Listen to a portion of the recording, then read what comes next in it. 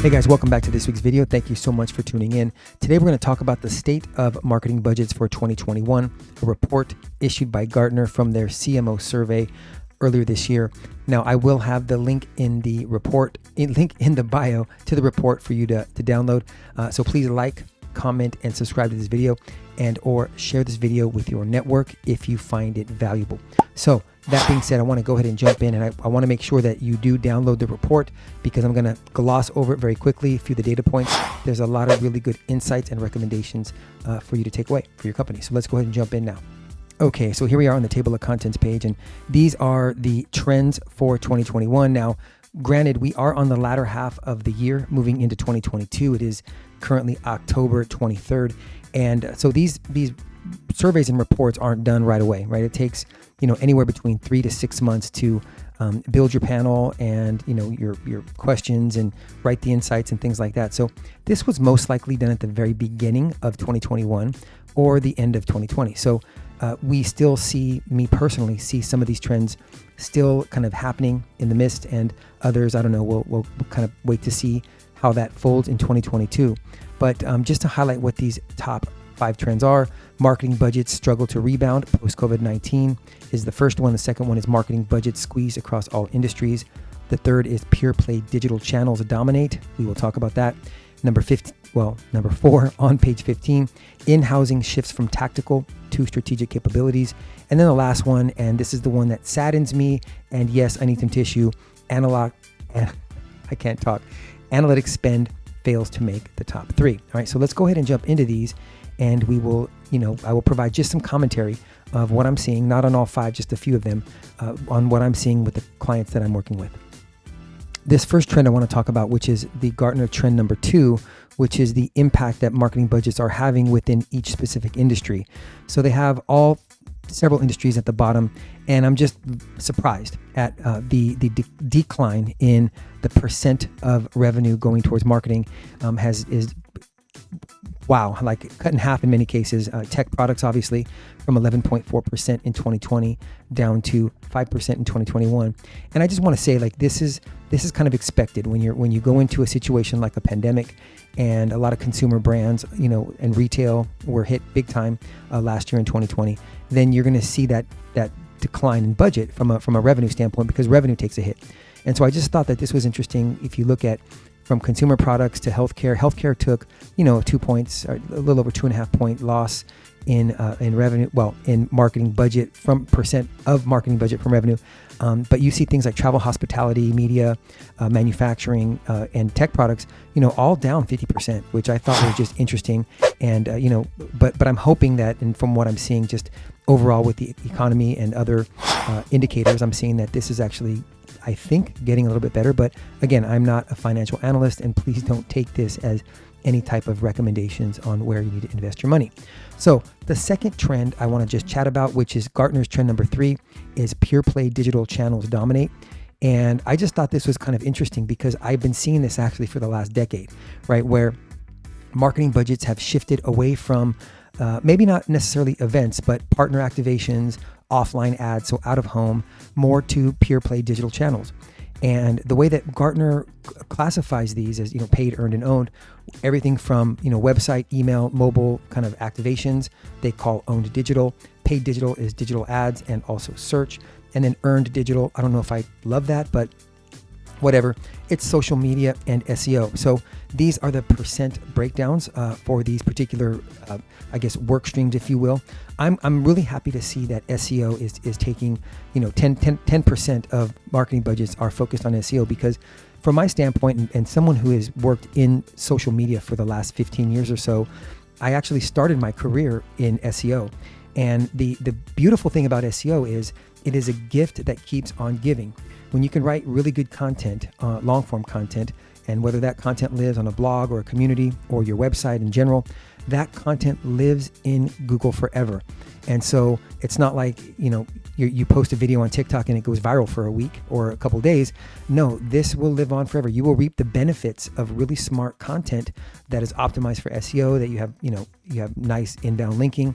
You're going to reap the benefits of that long term. So I'm glad to see that is definitely part of the budget allocation here. I think that also coincides with website budgets, which is probably the creation and maintaining of particular websites.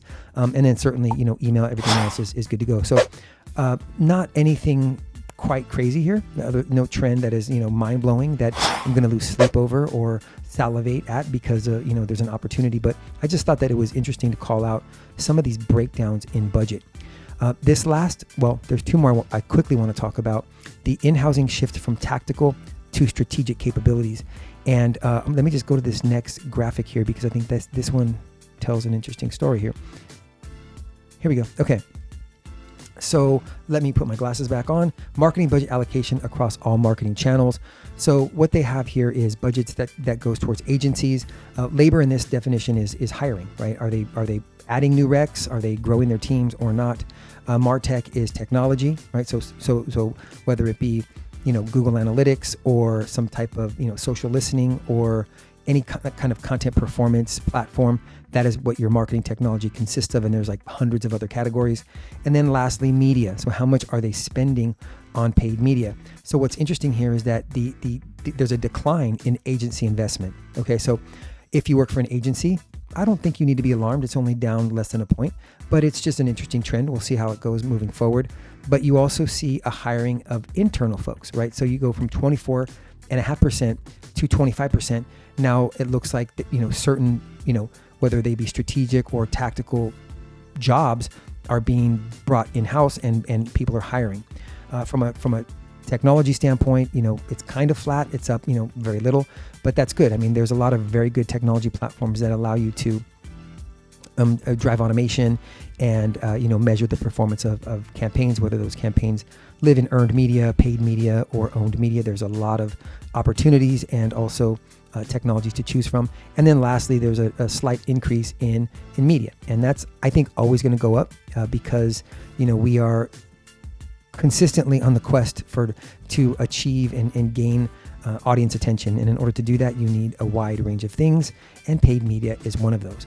Now, the last one here is that analytics spend fails to make the top three. Let me say that one more time. Analytics does not make the top three. And what do you mean by top three? Well, let's just read this real quick. Digital commerce tops program spend. So levels of investment for budgets, analytics does not make the top three. So the next question is, what are the top two, or what are the top three? And here is the data points here.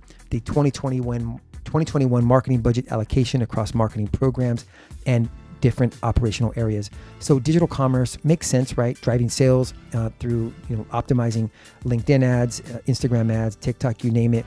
Operations I thought was interesting, right? And I'm not quite sure how they define what marketing operations is.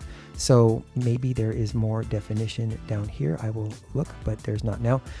Brand strategy. Okay, so that's good. You have to have brand strategy. But then after that, you have analytics, sponsorships, and customer insights, which I think could be coupled with marketing analytics, because you need analytics to do a couple things. You need analytics to measure the performance of your programs and campaigns. And then you also need analytics to get customer insights. And I think what they mean in this context is third-party survey or first-party and or primary research in order to understand, certain consumer behavior is, I assume, what they mean here. But I still would classify that as being within that marketing analytics kind of threshold. So anyway, I'm bummed by it, but I understand, right? There's other things down here like content creation, which I think should also be higher, promotions, loyalty programs, demand gen, which is more focused on, B2B and technology companies. And so this was very insightful for me because it just gives me a little bit of context into the broader market and how kind of the trend at where things are going. This was done in 2021, so we're about to head into 2022. So we'll see how this goes. We'll see how any of these budget shifts are changing, whether or not more budget is being allocated to marketing in different industries, or the different operational areas where the budget is segmented. So thank you for tuning in. Glad that you were able to listen in and watch this video. Again, please download this full report in the description section below, and like, comment, subscribe if you found any value, and share this video. I really appreciate it. And until I see you next time, have a great week, and I'll talk to you soon. Thanks. Bye.